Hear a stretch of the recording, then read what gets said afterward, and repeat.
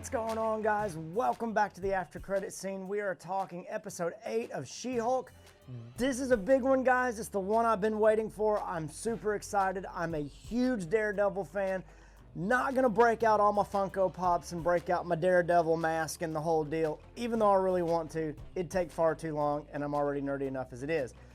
However, we're gonna talk about all of the different elements of this episode. There are a ton of Easter eggs, so if you want to jump straight to those and you don't care about the breakdown, look in the comments below in the description, hit the jump button, it'll take you right to the Easter eggs. There are a ton of them and they're excellent, so you're going to want to stick around for those. But let's get right into the breakdown. Before we do that, please like and subscribe to the channel. It's been a big week. We are up to 154 subscribers. And are well on our way to 200. So thank you to you guys who have subscribed. Thank you to our new viewers and welcome. And if you're not subscribed yet, please do that.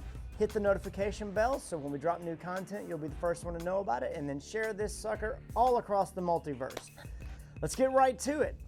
The previously on section gave us a lot of hints as to the flow of this episode. And I was really pleased with how this episode not only set up the finale, but it really tied together a lot of the threads from the show thus far. I know there's a lot of people that complain, and I was kind of in that camp too, that the show kind of got away from what made it good at the beginning.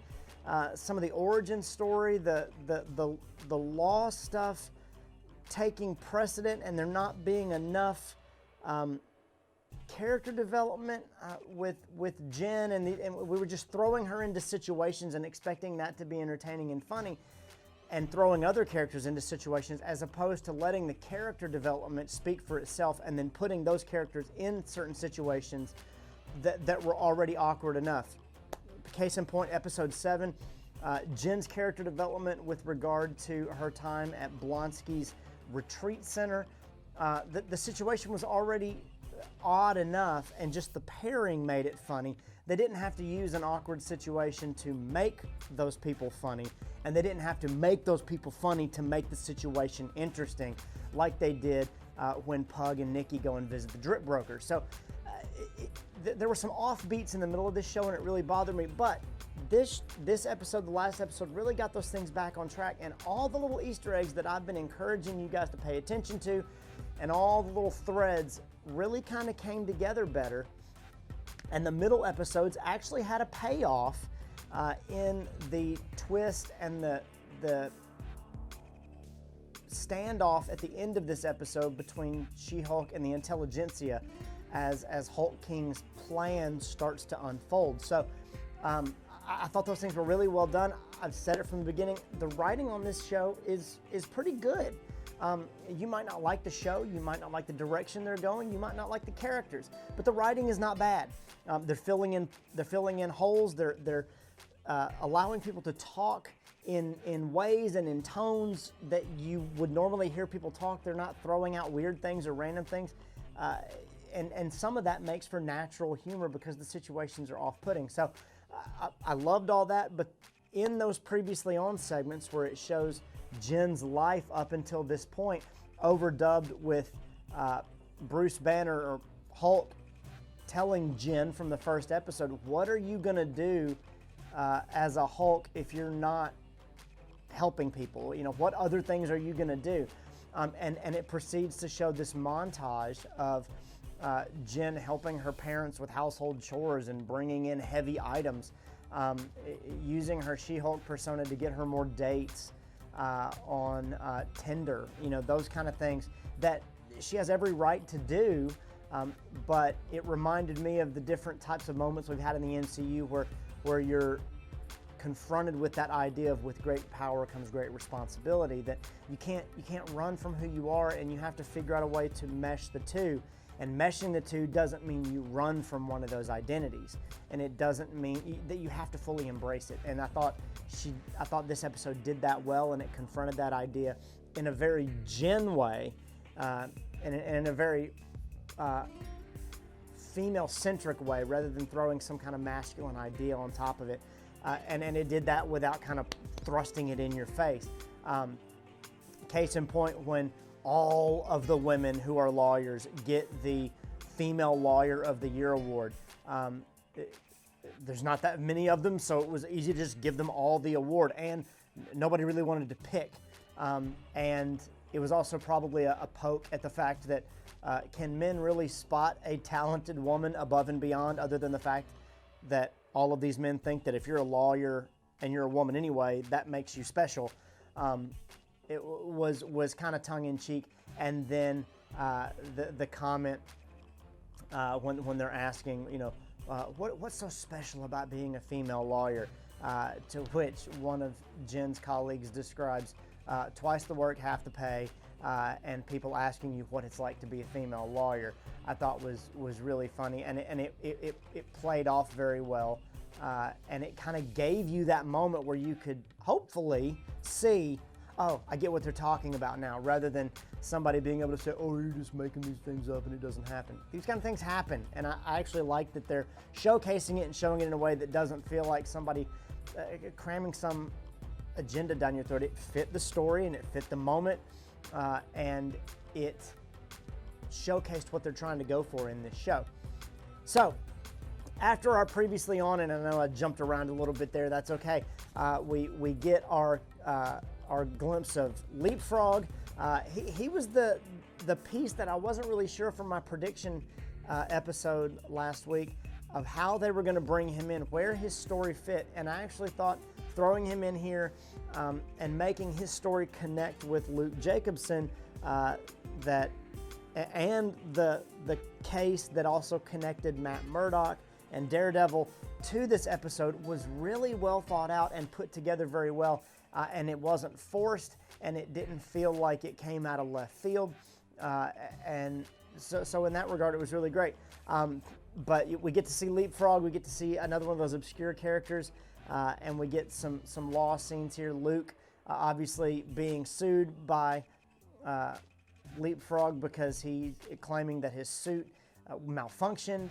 We find out later it did not. He just didn't follow the instructions on his suit, and then we get Matt Murdock defending Luke Jacobson, not only because he needs the money, but because Luke made some suits for him, and perhaps, and we'll get into it in the Easter eggs, that may have connected somewhat to the Netflix show, but they didn't really go that route, and so we don't really know yet. However, I thought one interaction in the courtroom was really great, one of which we will talk about at length in the Easter egg section, which is Matt Murdock throws out the line that the Sokovia Accords have been repealed. That's a big deal in the MCU. That makes at least this episode almost required viewing, if not for the reason that it's Daredevil's first appearance in the MCU. And I know what some of you are going to say, well, he was already in No Way Home. And you'd be wrong. Matt Murdock was in No Way Home, and yeah, they're one and the same. But you didn't see him in his costume, and you didn't see him fighting crime. You just saw him in about 2 minutes worth of scene being Matt Murdock. I want to see both. I need to see Matt Murdock, I need to see Daredevil, and we got both of them, and we got them in force this episode, and it was wonderful. So, Matt throws out this idea that the Sokovia Accords are repealed, but in that conversation, true to what they started off with in the previously on, and what they've been talking about all series, is this idea that Jen doesn't have this perspective yet on what it's like to be a superhero, to have that responsibility.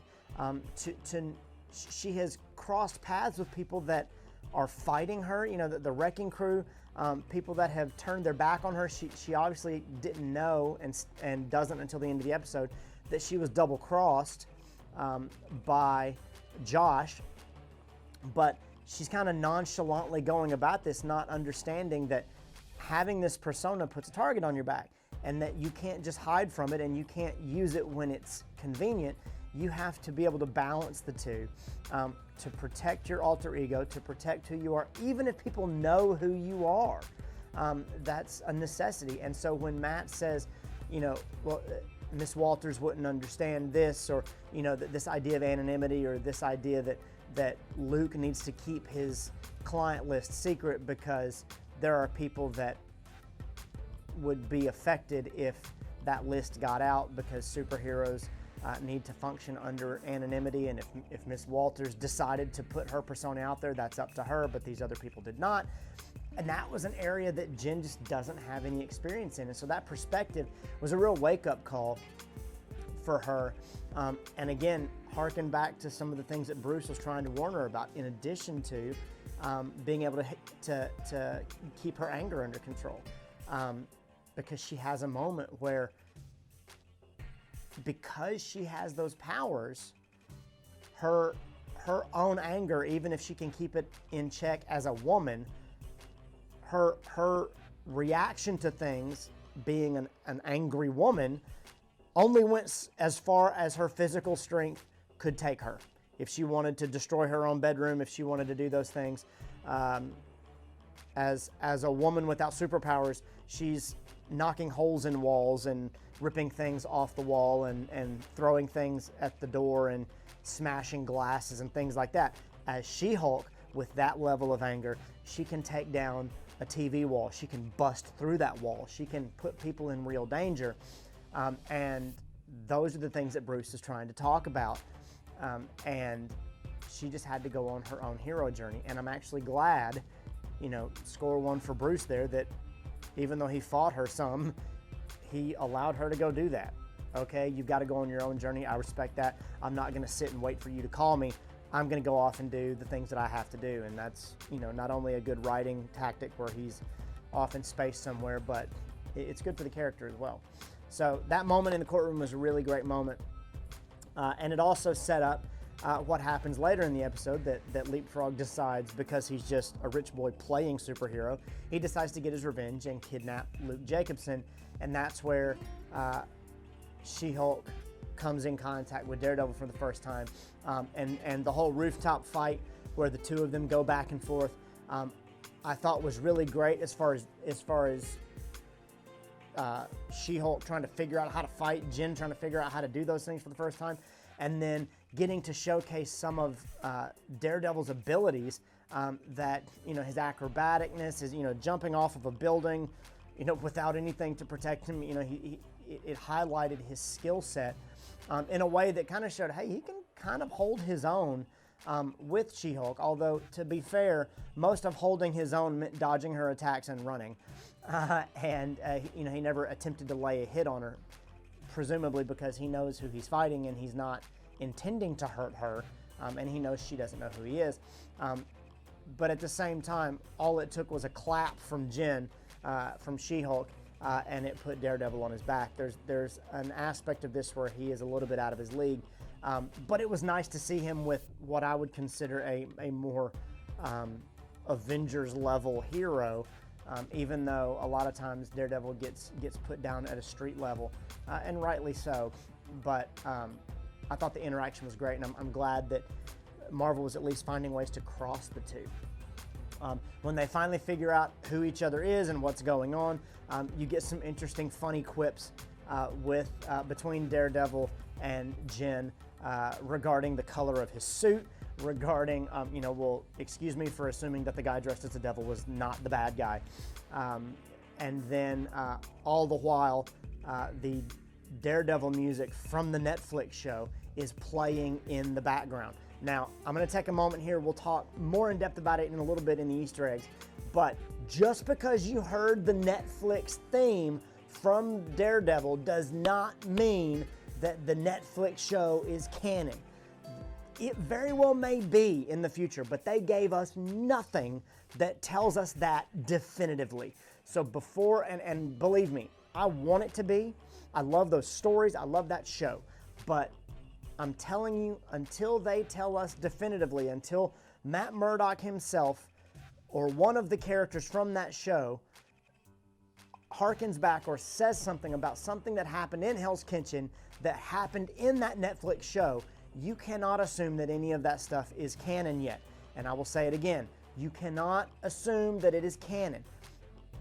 And for those of you that think, well, having the music is enough, let me posit this question to you. One, because we heard the X-Men 97 music in Doctor Strange and the Multiverse of Madness when Professor X shows up, does that mean that the Professor X that we saw in that show is the live action version of the animated version that we saw in the show in the 90s? No. Nobody thought that. They just look the same. And it's easy enough to say, well, it's in another universe, so it doesn't matter anyway. 2, that was a song from an animated series. It's a recognizable theme song. It's the one they decided to go with. It's also the one they had the rights to, so it's easy to use that one. And it's recognizable, so people know it. If they decided to come up with a new theme song for Daredevil, and they put it in that moment, 1, would you recognize it? And 2, would you be okay with the fact that they redid his theme song to introduce him in a show that's not actually his show? I don't think anybody would be okay with that. I think they would say, well, he already has a theme song, just use that one. It's a recognizable song. They have access to it, allow them to use it. But it doesn't mean that anything that happened in that show, just because they use that song, is the same guy. They just use the music. It could be a very meta thing. This show breaks the fourth wall regularly. So it could have just been a nod to, yeah, we know. And it's just a little throwback. Same thing that they did with Doctor Strange and the Multiverse of Madness. Until someone says or talks about something that happened in that Netflix show, you cannot throw back to that and say that it's actually what happened. We need it to be definitive.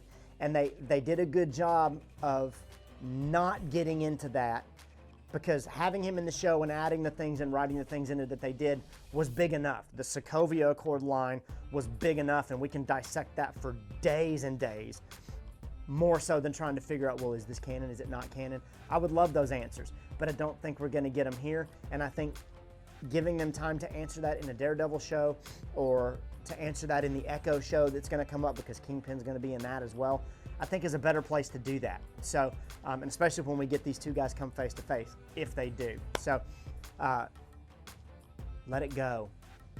We're not there yet. However, the conversation on the roof as they go to the lily pad, as they go to Leapfrog's famous secret hideout, I thought that was a great line. You get Daredevil reminding Jen, like, you haven't done this before. And she's a little cocky about, well, just I'll do my thing. I'll follow, you can follow my lead. There's a finesse to it. There's some things to it that, okay, you need to learn how to do this. And it's not something that you can't just do it because you have power. You have to be able to harness that power. You have to be able to use that power. And you have to have the mindset to be able to use it in an appropriate way. And I think her blow up temper tantrum at the end of the episode is kind of proof that she's still figuring that out. That's okay. I like that our heroes are not completely black and white, that there's some gray in there and they're still trying to figure things out. As Daredevil jumps off the roof to go and fight these goons, and I love the extra little definition there of the difference between goons and henchmen. Maybe a lot of you guys knew that. Maybe you didn't need to know that, but I really thought it was funny. Like, no, these are goons because they are paid and they don't care about what's going on. Henchmen actually buy into the cause and they care about what's going on. I thought it was a really funny addition. There's some Easter eggs there when they're talking about how long it's going to take to fight these guys, and Jen can't do the math. There's some Easter eggs there that we'll get into here in a minute too.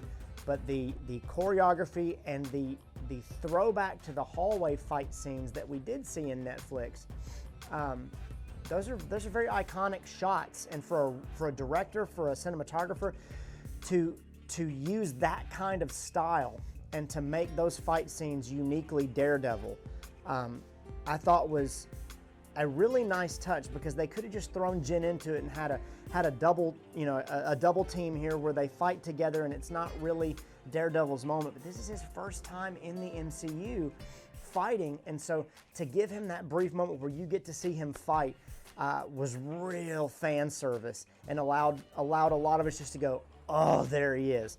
From dodging attacks to the silhouettes, to the the door creaks open and a bad guy gets thrown through the door.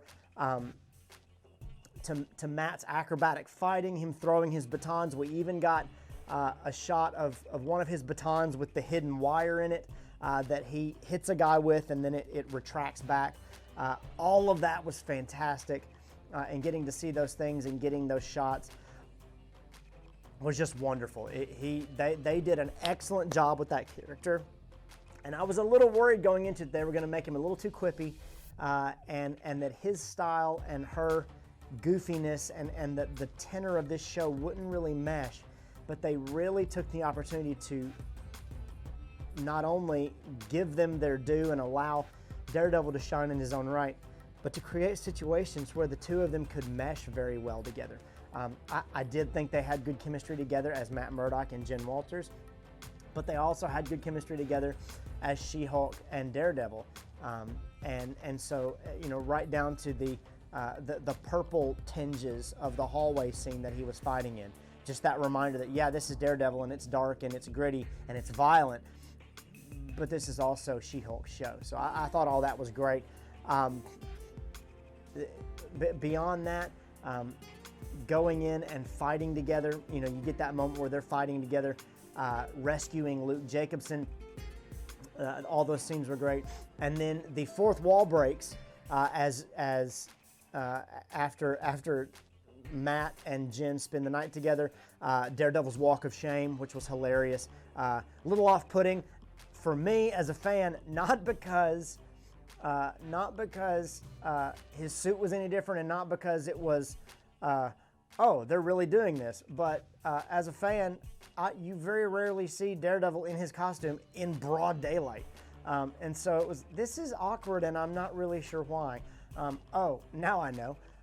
It was where my mind went more so than anything else that happened in that scene. I thought it was fun and just an interesting connection for the two of them when they cross paths, if they cross paths in the future of the MCU. I thought is going to be really funny, and would make for some really funny one-liners later on when somebody sees She-Hulk or Jen or one of the two of them, somebody sees Daredevil or something, and Jen remarks, oh, hey, we hooked up, or Daredevil remarks, hey, we hooked up, and the jokes and stuff that could be added in there were, there's a lot of room there for a lot of humor, and I thought the matchup was really interesting. So, but the fourth wall breaks after those moments, as Nikki is trying to get Jen ready for the gala, and Jen is kind of saying, okay, the episode should be over, right? Like that was plenty satisfying. That was enough, right? And that they tacked it onto the end here so that it will lead into the finale. I thought it was a good cliffhanger. Having the gala at this point, Jen being the one that causes the chaos in that moment, and the Intelligentsia and Hulk King revealing part of their plan and putting their plan into motion, but not actually revealing himself, is actually something that I commented on and made as a prediction in my prediction video. And so my last prediction video, I think of the 7 possibilities there, and I'll give you that one of them is just, hey, watch out for these Easter eggs. Of the 7 possibilities that were there, I went 4 for 6 on those predictions. I won't count the leapfrog one because I was 50-50 on that, and there's only 2 episodes left. So, but Hulk King makes himself known, but doesn't reveal his identity yet, and we'll talk about who that could possibly be in our prediction video for the finale. I thought using what Jen has done over the last several episodes, particularly in the episodes that felt like standalone episodes, the things that frustrated us about those episodes are the things that frustrated the Intelligentsia and frustrated Hulk King. You have this power and you're not doing anything with it. You're going to weddings and you're doing law things and you're twerking with Megan Thee Stallion. Like, where are the superhero things that we want to see? Those are the very things that the Intelligentsia were saying, you have this power and what are you doing with it? There are definitely some theories there about who the Hulk King could be. And we will break all of those down in our prediction video that's going to come out in a couple days. So stay tuned for that. Subscribe, hit the notifications, and that will come out Sunday evening sometime or Monday morning. And we'll talk about who that could be and what it means for the rest of the MCU. So overall, though, I love the episode, and not just because it had Daredevil in it. Love Daredevil. I thought they did the character justice, and I can't wait to see more of him in other episodes. And he's a fun character to just throw into different episodes because he's so different when it comes to his secret identity, when it comes to the way he fights, the perspective other people have on his powers, just all those different things make him a very different character, and it provides some humorous moments to begin with where people are trying to figure that out, and then his ability to go in and fight and do those things. I could see a lot of scenarios where Charlie Cox, Daredevil, Matt Murdock, they carry a lot of MCU stories moving forward. I thought that Simu Liu's Shang-Chi character had a lot of that gravitas as well and could carry a lot of things in the future. And so those types of charisma and that type of chemistry on set with a lot of different characters was really great, and I can't wait to see more of that with Daredevil. So again, love the episode. Let's talk about some Easter eggs. We're going to get into a lot of different Easter eggs here, a lot of Daredevil type Easter eggs. We're going to try to blow through them so we don't make this episode too long. But as always, the QR code in this episode is found right after the Daredevil and She-Hulk fight scene, and as you get an establishing shot on the lily pad location, there is a telephone pole that has a piece of paper on it, like an advertisement. It's got the QR code on it. When you click on that one, it takes you to a Marvel digital comic on Marvel's website that if you don't want to look up the QR code every week, you can type in marvel.com/She-Hulk or She-Hulk Comics, and it'll take you right to the newest one. But that comic this week is the She-Hulk run from 2014, number 9, and that comic actually shows a courtroom battle between Jen and Daredevil, and Jen is representing Old Man Steve Rogers against Matt Murdock, who is representing some people whose son died before Steve became Captain America, and they're trying that case, and you find out that Steve actually asked Matt to take on the case, and it doesn't actually explain it in that comic. You have to actually read number 10, number 11 to get the rest of that story. But there's some interactions with Daredevil and She-Hulk in that comic, not just as Matt Murdock, but She-Hulk chasing Daredevil over rooftops and chasing him down, and then kind of getting out and fighting crime together. And so it was a really cool episode. There's a lot of really good visuals in that episode, or that comic in particular, that you might want to check out because it was just really interesting. But it is a comic that had the two of them crossing paths, and so I thought that was really cool. Some of the Easter eggs here. Obviously, the Sokovia Accord Easter egg is one of the first ones to drop as Matt comes into the courtroom and is saying, hey, the Sokovia Accords have been repealed. Now, a little bit of a history lesson from Captain America Civil War. The Sokovia Accords were basically a list of rules that not only governed superheroes, but also created an organization similar to the UN, a council that would decide when the Avengers could go and fight, and particularly when it came to international things, based off of the battle that happened between Captain America and Crossbones in Lagos, where Scarlet Witch stops an explosion, but stops an explosion to save Steve, but it ends up, as she tries to let it go, it ends up killing some Wakandan representatives. And there's a whole path there that is started by Baron Zemo that you don't find out until the end, that the Sokovia Accords end up being created for, to prevent those kinds of attacks but it hamstrings the Avengers because they can't decide on their own who do we go fight and when do we fight. They have to wait for a government council to tell them to fight. And maybe that government council is telling them to fight for things that they don't believe in morally. Likewise, on the flip side of that coin, perhaps the Avengers go into places where they don't have authority to go into, and they fight certain threats that the government probably needs to take care of. And so there's a give and take there, and that's the crux of Civil War. And it leads to the breakup of the Avengers, which causes a lot of chaos when Thanos arrives in Infinity War. The Avengers don't actually get back together until that final battle at the end of Endgame. And so because everybody kind of went their separate ways, there are no more Avengers. So for whatever reason, either because there are no more Avengers or because of the blip and because of what the Avengers did to save humanity, the Sokovia Accords have been repealed to say, hey, if they didn't fight for us, then we wouldn't be here. And so maybe it's some of those things. Maybe we'll get some more backstory on that. It certainly sets up the idea in future stories that writers aren't hamstringed by, well, how do they fight and why are they allowed to fight? And what about the Sokovia Accords? They don't exist anymore. So does that mean that the government is out of the superhero business? By no means.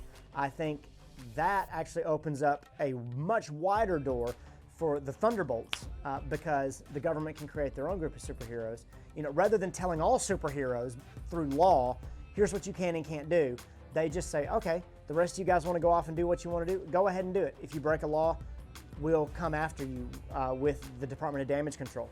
If we want to go do our own thing, we'll just find our own superheroes that we can coerce into doing what we want them to do, and we'll send them off to do our bidding. Thunderbolts. So that has a lot of implications on the MCU moving forward, and was a pretty big line to just drop in the middle of what up until now has been a very procedural episode-by-episode show and not something that has a thread that's going to run into the MCU other than the fact that it introduces a new character.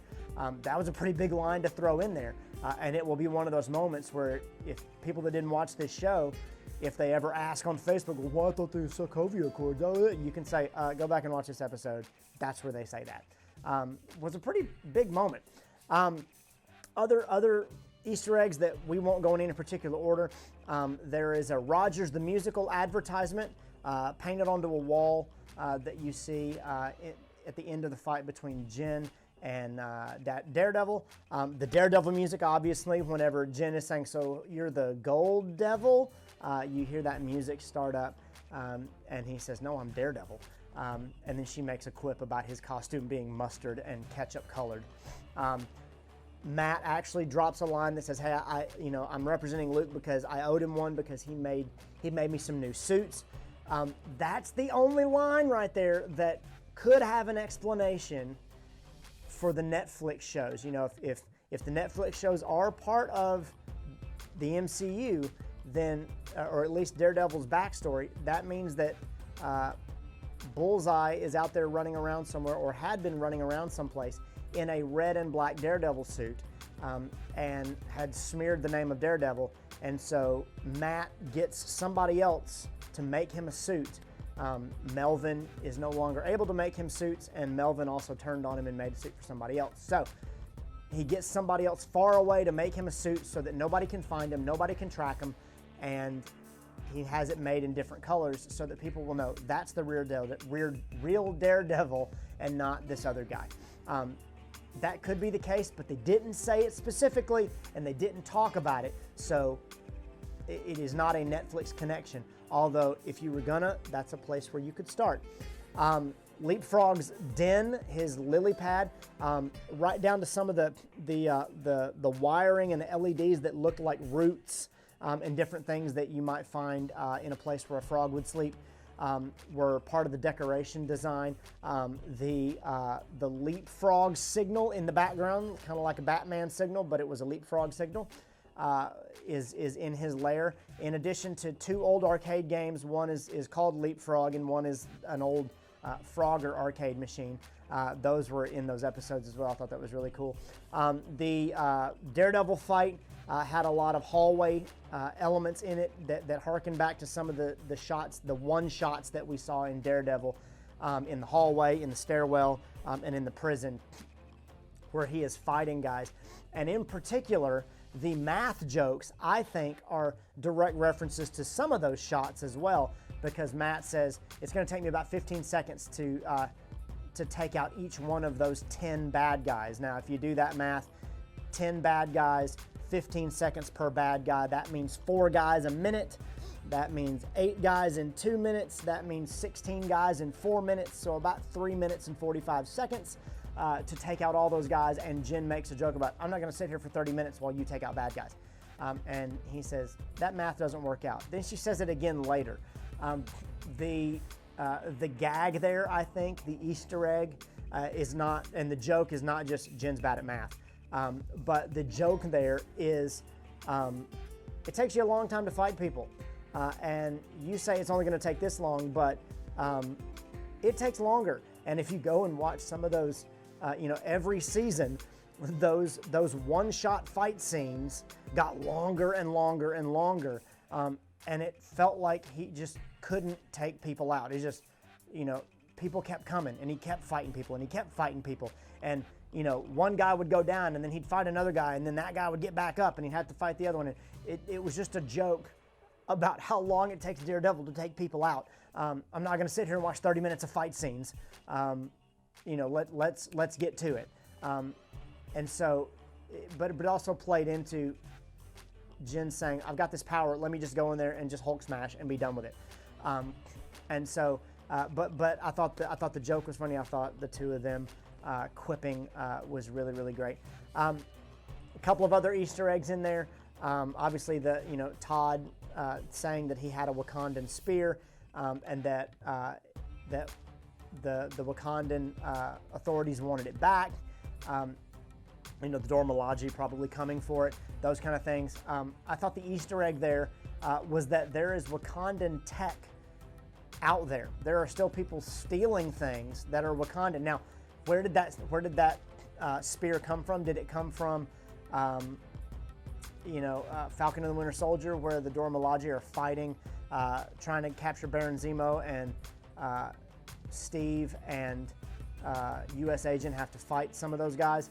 Maybe. There's no real connection there. I'd have to go back and watch to see if did one of them drop a spear and somebody managed to grab it.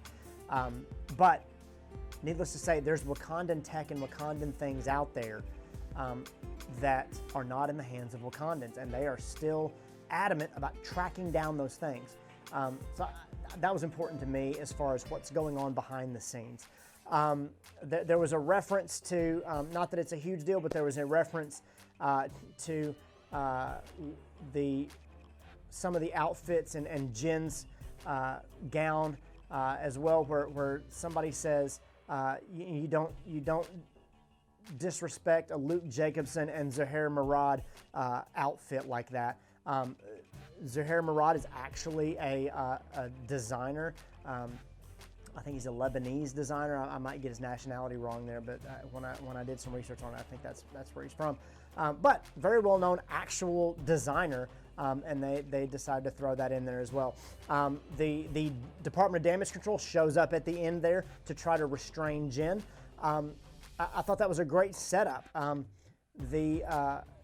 All the different elements in this show actually work really well together, and I've said from the beginning that the writing is very good, even if you don't like the story, even if you don't like the characters.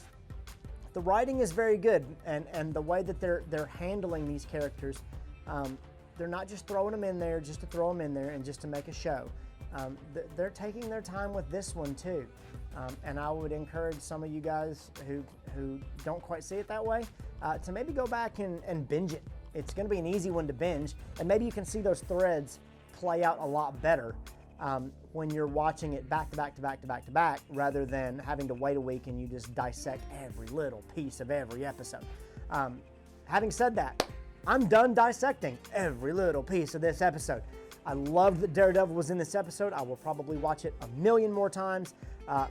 Charlie Cox is Daredevil. I mean, seeing him as Matt Murdock in No Way Home, seeing him as Daredevil in this show, he is Daredevil. Just like Tony Stark, Iron Man, Robert Downey Jr. was that character.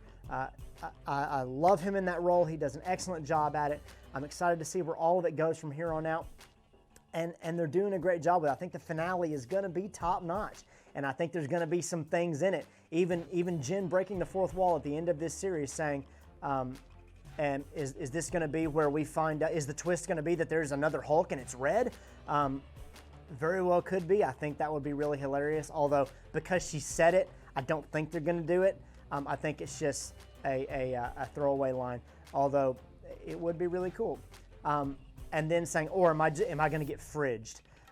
Which actually, if you go and look that up, is not only a dig at DC Comics, because the term comes from a Green Lantern comic, but it is also a comment that is in pop culture from that Green Lantern comic, where, and there's a website called Women in Fridges, where you can see in comic history all the different times that female characters have either been killed or tortured or beaten and thrown in refrigerators in order to further the story of the main character, because the woman was the damsel in distress, and in order to further the storyline of the male character, something bad happened to the woman, and in these cases, the woman was stuffed in a fridge. Something happened there.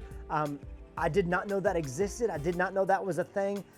So actually, props to She-Hulk and their writers for allowing this guy to find out something new about culture, particularly comics and pop culture, that I did not know was such a glaringly obvious thing. That is pretty, I don't want to say sexist, that's not the right word for it, but it's pretty demeaning when it comes to female characters, and pushing narrative forward for the male counterparts. Anyway, that was an interesting thing as well, and I forgot to add that in there, but that was right there at the end. I think the finale is going to be top notch, and I'm excited to see how all that fits in there. The only thing we haven't seen from some of the trailers is a shot of Blonsky as Abomination at some kind of retreat with a lot of people there, and Titania busts in. It'll be interesting to see how that fits in, and how that connects with Jen's story, because Jen's story is going to go in a very specific direction here, although I'm not quite sure what it is. I just think with what she's done, it could spell a lot of trouble for Jen's life, and how she reconciles that is going to be really important, not just to that episode, but the way that the story plays out from here on out in the MCU. So tell us what you guys think. Share it in the comments. Share this thing all across the multiverse. Thank you if you subscribed. If you haven't subscribed, like, subscribe, turn on the notifications, and check out some of our other content. We have, last week I said 120, we have 150 videos that you can sink your teeth into. A whole lot of things out there. Check those out, and when the next one drops, guys, we'll catch you right back here. Later.